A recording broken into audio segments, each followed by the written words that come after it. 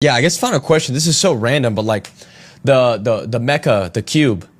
Yeah. Where did that come from? It's a pagan artifact. In other words, even the Muslims will tell you that prior to Muhammad, the Arabs were steeped in idolatry. They had about 360 idols. And so they'll admit, yeah, the Kaaba housed idols. The Arabs were idolaters. They worshiped gods and goddesses. And the chief god of the Kaaba, Mecca, was Hubal or Hubal. Hubal is actually Baal. This takes a long discussion. Yeah, it is. I've documented from Muslim sources. Even scholars of Islam say, yeah, Hubal or Hubal. Hubal means he is Baal, or it can be an Arabicized bastardization of Hebrew. Ha-Baal. The Baal. Now, how do we know that Hubal, the chief idol of the Kaaba in Mecca, is Baal? Because the Muslim sources say a man named Amr bin Luhay, went to the Amalekites.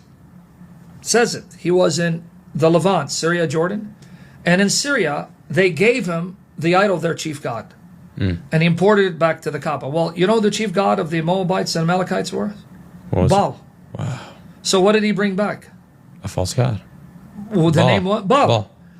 So the Kaaba was the shrine of Baal. It's Baal worship. Whoa. So is that what's inside the door? No, it's gone now. Everything's gone. What's inside of it? it? Are you talking about the black stone? I'm talking about the black stone black itself. Stone. Yeah, that too is a pagan artifact. But Muslims like to rewrite history. So you ask them, so was it true that at time Muhammad, the Arabs were pagans and idolaters and they worshiped gods and goddesses and Hubal was the chief god? They'll say yes. But, they'll say, originally Ishmael lived there. And then Abraham came and visited Ishmael.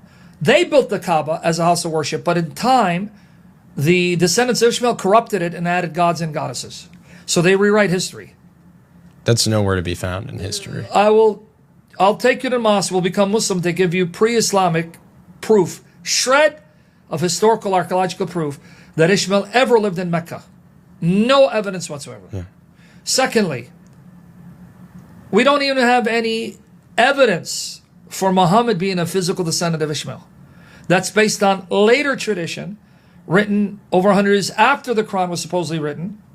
No proof whatsoever that the Arabs where Muhammad descended from in Mecca had any connection to Ishmael, because Ishmael, his mother was Egyptian, Hagar. Genesis 21:21 says, she went and found him a wife from Egypt. His wife was Egypt. His father Abraham wasn't an Arab. He has got nothing to do with Arabs. No connection with the Arabs of Mecca.